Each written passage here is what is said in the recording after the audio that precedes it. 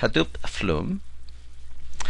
So we are going to learn what is and why Apache Flume, and we are going to see the architecture of Flume, and we are going to see what is called the agent configuration, and then custom source implementation and advanced data flow scenarios. Okay, so Apache Flume is pretty interesting technology. What is and why Apache Flume? So the reason or motivation for Apache Flumes are there are many services running on many servers, each of which produce lots of contents, for example, like logs. There are also many other cases where data is being continuously being generated. And what we want to do is we want to capture these logs or streams of data into Hadoop for analysis.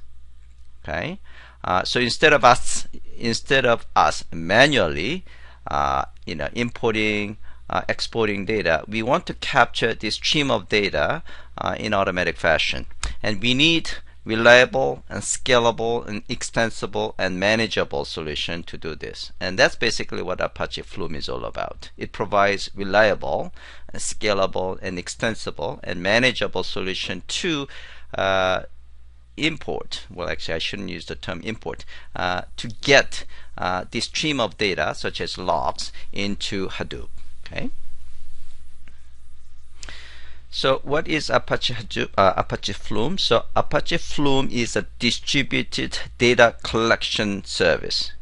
Okay, so it receives flows of such data such as logs from their sources. Okay, and it could actually aggregate them to where they need to be processed. Okay, again with reliability and scalability and extensibility and manageability. Okay, so let's see Flume architecture.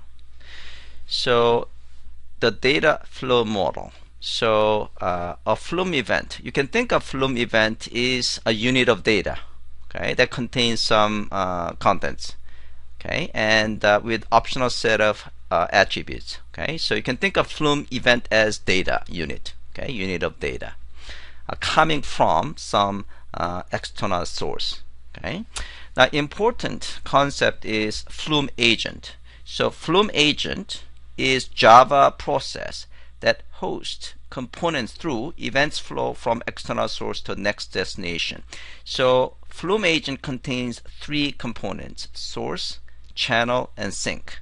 Source is the one that receives data from external source such as the web server. It could be receiving web server log data, and then sink is basically the writing things to external, in this case HDFS. Okay, so agent is the one that contains the source, channel, and sink. So let's talk about each of component in the Flume agent in a bit more detail. Source, so again, is part of the Flume agent. Okay, so Flume source consumes event delivered to it by an external source like a web server. Okay, so when a source receives an event, it hands over to one or more channels. Okay, we're going to talk about the concept of channels in a few minutes. Now, example sources. So syslog or netcat or JMS messaging. Okay, so in our hands-on lab, we are going to use a netcat to receive data from the console. So whatever you typed in on the console will be captured and will be sent to the agent. Okay.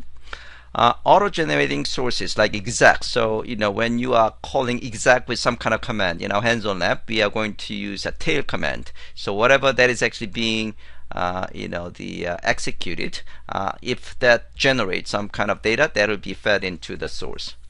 Sequence is actually sequential data, so we're going to talk about an example of that in the following slide. Or it could be IPC sources, inter-process communication source, for agent-to-agent communication. And Hadoop actually provides what is called the Avro and Thrift. So these are basically IPC source. Okay, so these are again example sources. A netcat is a netcat style TCP event source. So basically, it listens to a particular port and it turns every line of the text that is typed in and into an event. Okay, so in this case, the implementation class of Netcat is the Netcat source. Okay, and that comes with the quick start VM. Exec is again executes a long-lived Unix process and read from output, standard output. Okay, and the sequence is monotonically incrementing sequence generator event source. And again, Avro is RPC event source and listens on Avro port and receives events from external Avro systems. And a JMS source. So this reads messages from JMS destination such as queue and topic, and again that could be fed into the source. Okay, so that is a source. Now channel. So again, channel is again part of the Flume agent. So you can think of a channel, a transient store of events. Okay, an event put in a channel stays in that channel until sync removes it for the transport. So source will actually send the data, in this case event, to channel, and channel will hold it until sync removes it. Okay, type of channel. So you could have a memory channel or a file channel. Okay, so of course memory channel data could get lost when JVM restarts, and file channel data get persisted. And this memory channel or file channel could have a capacity, so you can specify capacity property for these channels.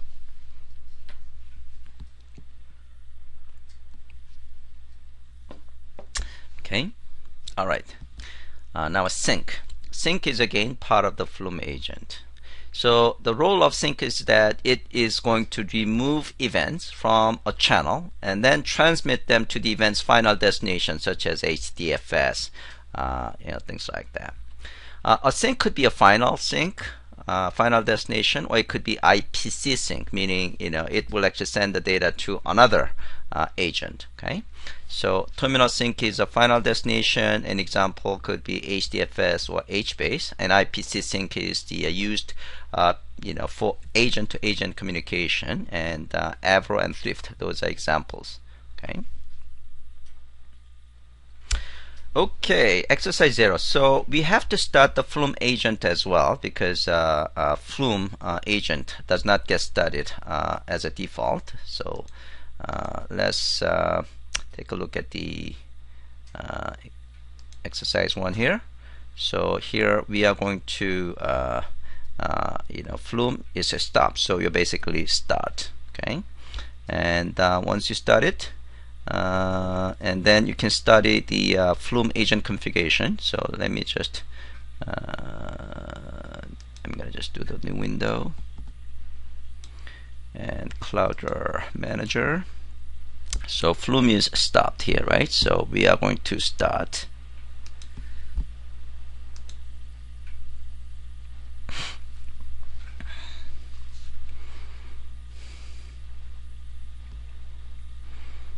Okay, so it's being studied.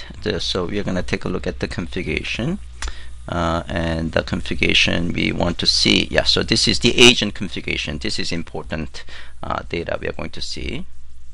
So it is started. Oh, it's still starting. Okay. Oh, so it started. Okay. So we can go to agent, and we can take a look at the configuration.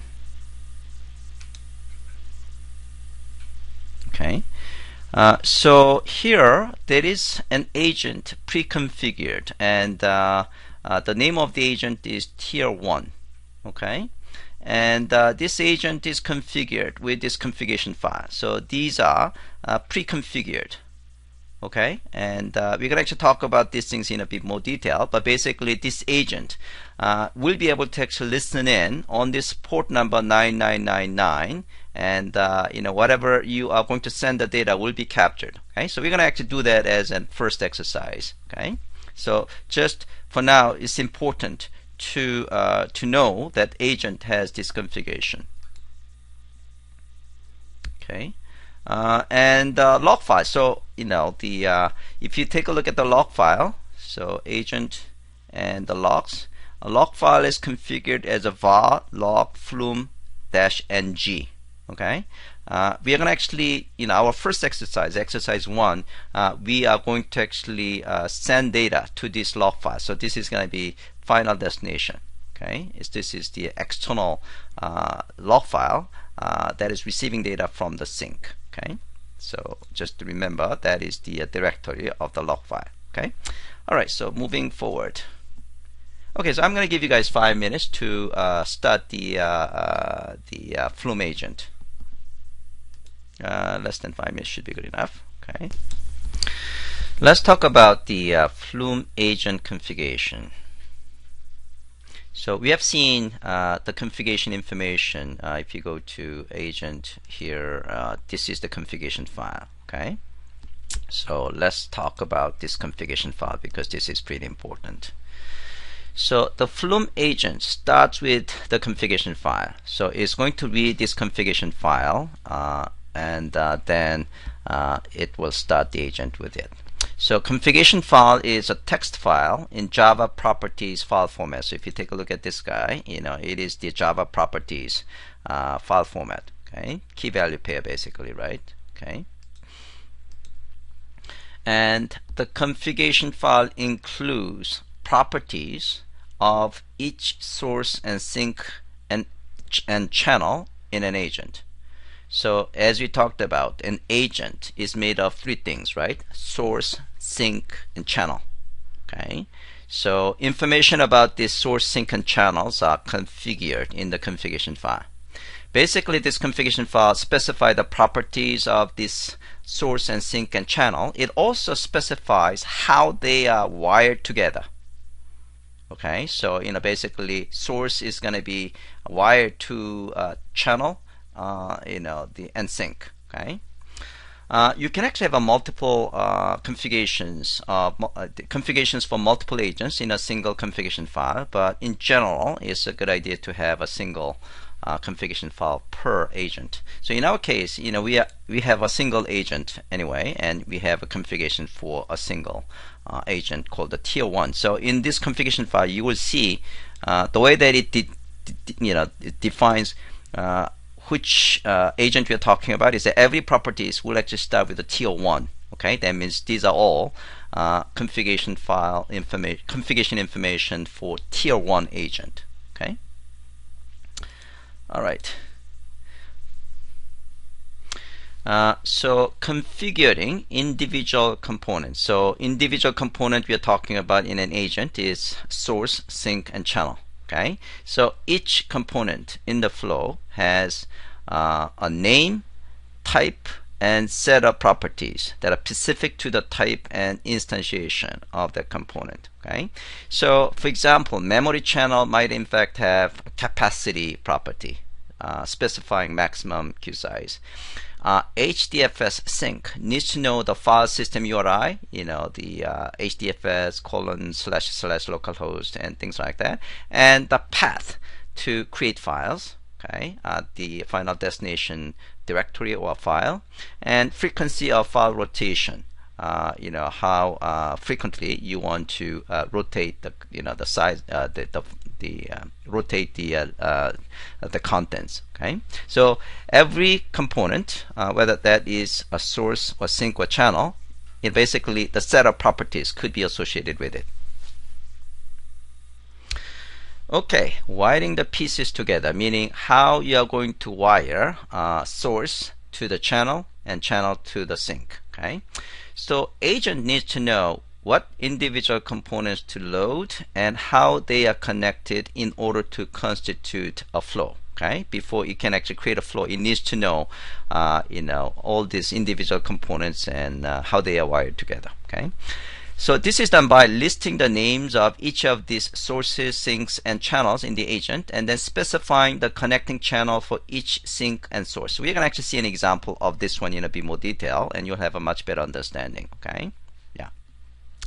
So for example, an agent flows events from Avro source called Avro web or to HDFS sink, HDFS cluster 1 via file channel called file channel. So in this case, the configuration file should contain names of these 3 sources: Avro web, HDFS cluster 1 and file channel with proper properties. And it also actually specified the wiring, meaning this guy is going to be, this source is going to be the wired to file channel. That file channel will be wired to this sink. Okay, so yeah, so this is an example. So this is the netcat source and logger sink. So netcat is, so first let's take a look at the first. You are going to see all the components of this agent. Agent again contains the source, sink, and channels, right? So in this case, A1 is representing the name of the agent, okay? And then that source is representing the source. That sinks representing sink. Channels representing channel. So the name of the source is R1, and name of the sink is K1, and name of the channel is C1. Okay. Now each of the next three configurations are representing configuration for the source. This is the configuration for the source. This is the configuration for the sink, and this is the configuration for the channel. And then finally, we are going to specify which source is connected to which sink through which channel. Okay. So let's take a look at the configuration for the source. So for the sources, it will always start with the name of the agent dot sources, and then the name of the source. So this is the R1, and these are the properties of R1 source. So type is netcat, meaning it's actually receiving data from the netcat. Okay. And the bind to localhost and port. So basically, it's going to listen on port number 44444. This is the port number is going to receive data from. Okay, so that is the source. Okay, and this is the sink, meaning this is the final destination. So logger means basically the default logger. So in our first exercise, we actually take a look at the logs file, right? So it's going to actually write a log file under this directory. Okay, so that's basically what you're going to do in exercise 1. Okay, and then these are channels. So the type of the channel is memory, and the capacity is 1000. I'm not sure it's actually bytes or actually megabytes. Okay, and transaction capacity is 100. Okay. Now, so we have specified the names of the components in the agent, and then the configuration of those components, source, sink, and the channel. Now, this one is actually indicating how they are wired. So you can see the A1 sources. The R1 is connecting to channel C1, and also sink K1 is connected to C1. So this is how the source R1 is connected to channel C1, and channel C1 is connected to sink K1. Okay, so this is a configuration file. All right, and this is a bit more organized than what you see in the actual configuration here. Okay, so this is pretty much the same thing, but it actually have, this is the agent, and it does have all these things together: sources, channels, and sink, and capacity. So I actually rearranged based on source and sink and channel and wiring. So this is a bit more easier to understand than the configuration that you see in the agent in quick.vm. Okay, but this is pretty much the same as this guy.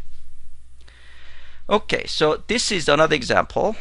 In this case, we are still using the same source, netcat source, but instead of actually writing things to the log file as a sink, we want to write into HDFS. So the name of the sink this time is going to be HDFS-sink, and also you have to specify the properties of the sink. So in this case, it should be HDFS specific properties. So type is HDFS, and also the path where we are writing data is this directory. Okay, and also lastly, we have to specify the name of the sink correctly. Okay, so in this case, source 1, so that is the source 1, is connected to channel 1, and channel 1 is connected to HDFS sink. Okay, all right. All right, so that is the end of the presentation of the exercise 1, 2, and 3. Okay, so right now is actually close to 12 o'clock, so let's do have 30 minutes lunch time, and then we are going to start with a lab. Okay. All right, so let's continue. So we're going to do exercise 1, 2, and 3. Okay, so I'm going to explain all this exercise first, and I'll give you a big chunk of time. Exercise 1 is, basically we are going to study the existing configuration of the existing agent. So tier 1 agent is pre-configured. Okay, so basically what it does is this is a source.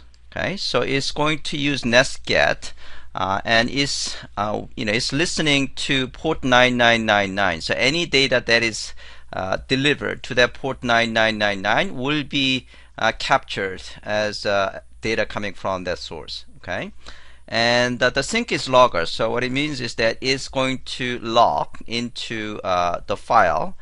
If you remember, as I said before, it will create a log file underneath of this directory. Okay, so that is, so what we're going to do is let's take a look at the log file first. Okay, so if you go to here, this directory, we probably don't have any log file yet. Okay, so we don't have any log file yet. Okay, so for the sake of this log file, so we don't have any, so this is a log file, sorry, yeah, this is the log file. So what we're going to do is we are going to tail this file. So you're going to say tail --f and name of this file. So, oops, yeah, it looks like I need to, oops, sorry about that.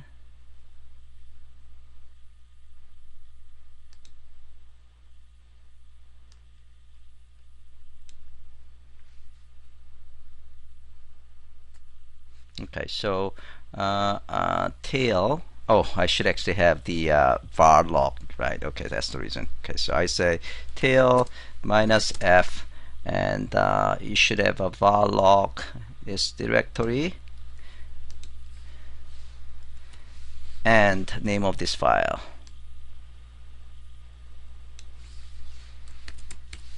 Okay, so any data that is being written to port 999 will be in fact sent to this log file. So just we are just telling it. We have not written anything yet to the port 999. So that's what we are going to do. So you have to actually create another terminal window. Okay, so open another terminal window. Now we are going to use nc command. Nc command is the one that you can actually send data.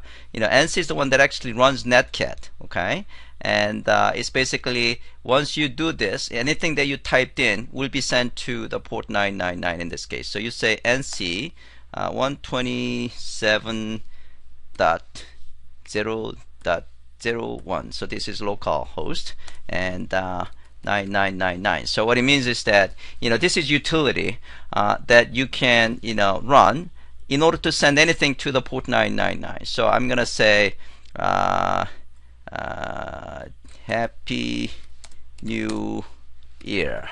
Okay, and so I just send this guy, and yeah, so you can see over here Happy New Year is captured, right? And let's write another one,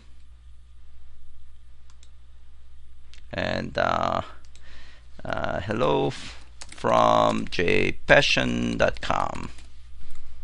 Okay, so again, you should be able to see you should be able to see that message.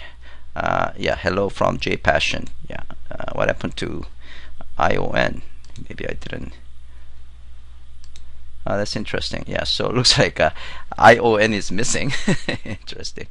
Okay, maybe there is actually some kind of size limit or something like that. Okay. In this case, yeah, it looks like it captured all of this.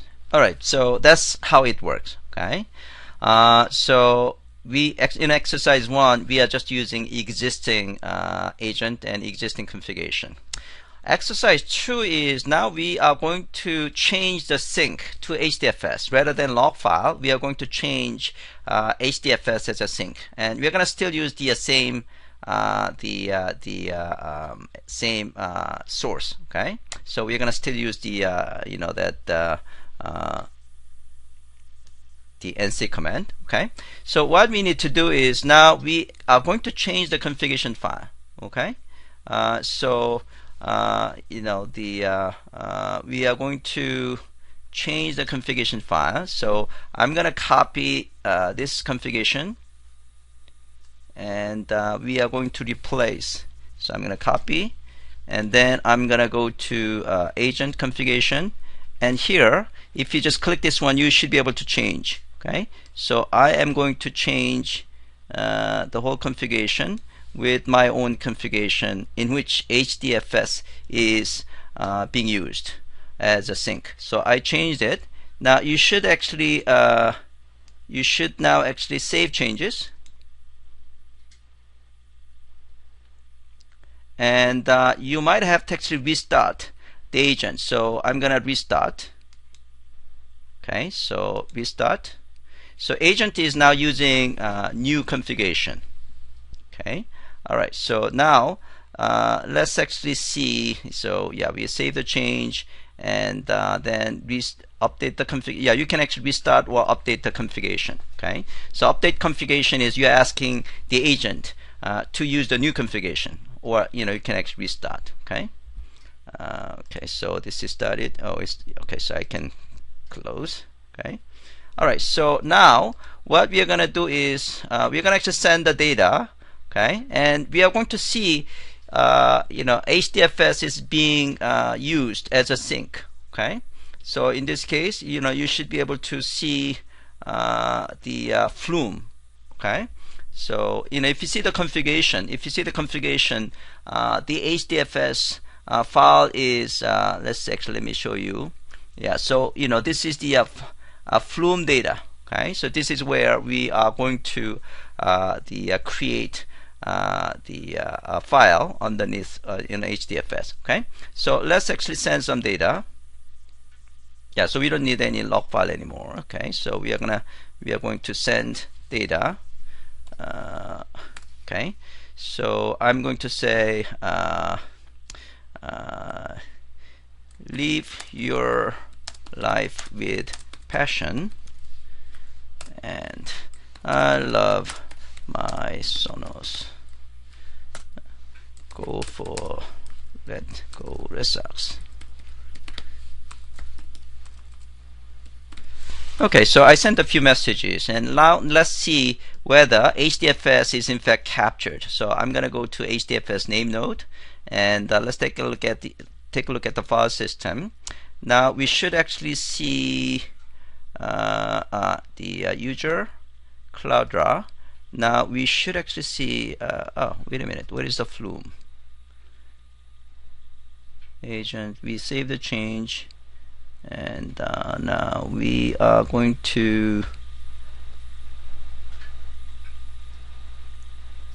Yeah, we did that, and oh, is this supposed to be in the root? Okay, so why I don't see that? So let me just go to here, and let me just refresh. Huh, that's interesting. So somehow it has not been written. Okay, so why is that? So let's make sure we have the correct configuration. So I'm going to go to Flume agent, and let's take a look at the configuration again. And yeah, so it's actually set with HDFS sync, and then is localhost Flume data and memory. So everything seems to be cool. So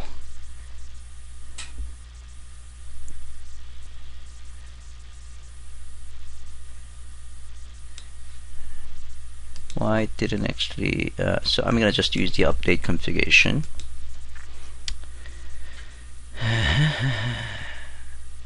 Okay, so that is done. Now let's actually try to write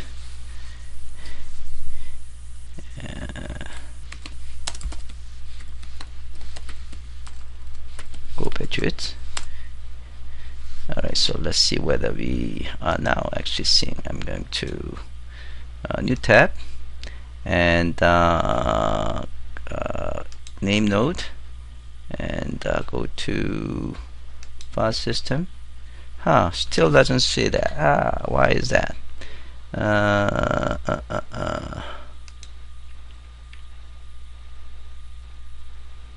So HDFS.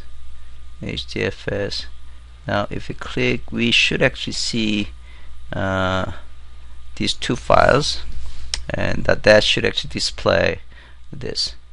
Okay, so that's what's supposed to happen. So I'm gonna actually let you guys actually do the exercise, and let me actually finish up the exercise 3. Okay, so this one is agent received the server the log file and syncs to HDFS. So this time we are going to change the configuration file again. So we are still using HDFS. Now what we are going to do is we are going to use our own custom source. So basically, we are going to we are going to run this tail command, and whatever that is being sent to this guy will be used as a source. Okay, and then it will send it to HDFS to server the log. Okay, to use a Python command to create the log file. So now we're going to actually change this one. So again, copy this one, and let's change the log file again, and configuration, server configuration, and now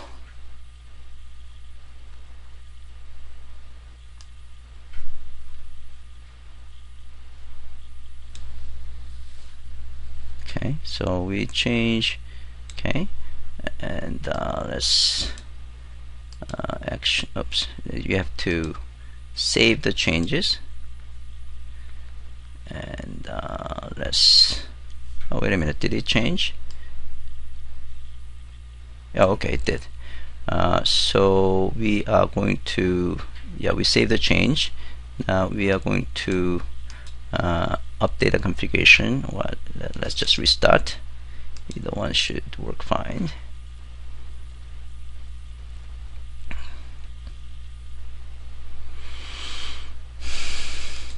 Once that is done, what we want to do is now we are going to run the Python command, and this is actually generating some log files. So this basically is adding things to this log file. Okay. All right. So it is done, and now we are going to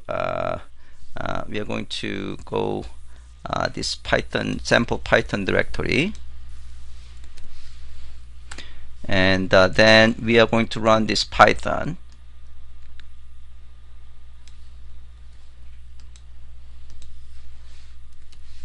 and this Python command is just sending data to this log file. Okay, so this is a special log file called the var log event log. So if you just tail this guy, you can see the messages are being generated. Okay, like this. Okay. Alright, now if everything works fine, then we should be able to see this in again the Flume server the log file, which I was having some issues. So let's see whether this time it worked okay. Let's see. So again, go to HDF namespace, file system. That's interesting. I still actually have an issue of creating Flume here.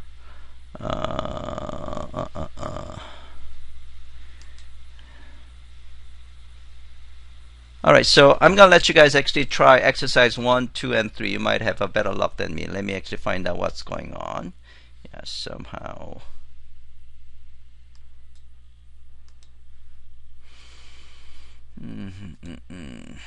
Just continue. So the next topic is custom source. So in many cases, if you want to receive a stream of data from a special source, you might in fact actually write the custom the source implementation. Example is like a Twitter stream. If you want to receive some kind of a Twitter stream continuously, you might have to write a Twitter stream source implementation. Application specific logs and output. So you can just create the source implementation of the source and the sync and even channels and for custom application. So in this case, what we're going to do is we are going to actually receive a Twitter stream, and we are going to provide a Twitter stream source implementation. So the way that you can specify your special custom sources, sources.r1 type, and then you provide your source implementation, which is actually implementation of the source interface. So Twitter, the source. So in this case, we are going to actually, the source is Twitter and mem channel, and we are actually writing. We want to actually capture Twitter stream, and then we want to write into HDFS. So the Twitter type is supposed to be apache.flume and source.twitter. Yeah, I think it should be actually TWI, Twitter source. By the way, this is already provided by the CDH, quick start VM, so you don't have to actually write one. And this is channels. And for Twitter, you have to actually provide the consumer key, consumer secret, access token secret. Okay, so this is something that you have to actually acquire yourself. Right. All right, so that is exercise 4. So let's actually let's do the exercise 4. So I have already done it. So let me actually show you, what's happening. So I'm gonna go to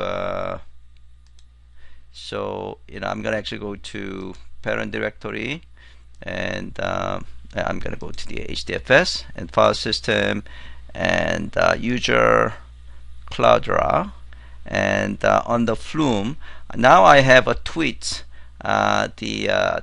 directory. On the tweets, I'm actually getting tweets of 2015 February 19th, and this is I think 10 o'clock, so this is the West Coast time, and this is the one that I'm actually capturing right now. It's like so if you take a look at one of this is basically Twitter streams I'm getting. Okay, so that's basically I'm capturing right now. Okay, so let's see what you have to do. The first, you have to get the Twitter secret keys. So you go to twitter.com and you click and you sign with your Twitter account. If you don't have a Twitter account, you have to sign in. Okay, and then you're going to say create new application, and then you provide the name and description, whatever name and description, and you can actually provide any website of your choice. Okay, so you can use JPassion.com if you want to, or whatever. Okay, and you have to agree, and then create your own Twitter application. Okay, so click this guy, and then it's going to give you the secret key information. So basically keys and access token. Okay, you click keys and access token, so you have a consumer key and consumer secret. Okay, and then you also have to get access token as well. So create my access token. So click this link, and then you should actually have your own access token and access token secret. Okay, so once you have done that, then you have to change agent configuration and agent name as well. So you have to change the agent name, which is Twitter agent. Okay, and then you have to change the configuration. So the configuration is you want to actually copy this guy and change your configuration, this guy like this, and also make sure instead of just Flume, add /user/Cloudera as well. Okay, so that's something you have to make a change correctly on this one as well. Okay, and you're all set to go. Okay, by the way, this Twitter library that comes with this, if you go to the library here, you can actually find this jar file. This jar file is already provided for you. So that's the reason you don't have to create these Twitter source things. Okay, so if you actually go to terminal, and if you go to user live Flume, so when Flume is running, it's going to use a library in this directory. Okay, so there is actually this Flume Twitter .jar file. This is already provided. So so it's already provided. So that's the reason you don't have to create your source file yourself. So you can grab it and you can see this is this Twitter source file. Twitter source.class file is provided in this job file. Okay, so you excuse me, and you save changes, and then you are going to restart it again, and then basically you should be able to see this Twitter stream, okay, which I showed you a few minutes ago. Okay. All right, so I'm going to give you guys about the let me actually finish up the presentation, then I'll give you about 20 minutes to finish up the Twitter exercise. Okay, so let me just finish up the last part of this presentation. Advanced data flow scenarios. So you can in fact have a multi-agent flow. So this is agent foo and this is agent bar. So the sync of this one could be fed into the source as a source to this guy. Okay. In fact, that is what is called the Avro RPC. That actually functions as the IPC, inter-process communication schemes. Okay, so this is certainly possible. And consolidation. So you can in fact have a multiple sync, and then you are going to collect all those data into a single source of another agent. So that's certainly possible. Okay. Multiplexing is also possible. So you can actually have a single source sending into multiple channels. Okay, and one of the sync, and these guys might in fact actually save the data into different syncs. This one is saving into HDFS. This is actually sending messages to JMS, and this is actually sending to another agent. So the combination of these agents in a very flexible way is definitely supported. Okay. Alright, so that's the end of the presentation, and again I'm going to give you guys 20 minutes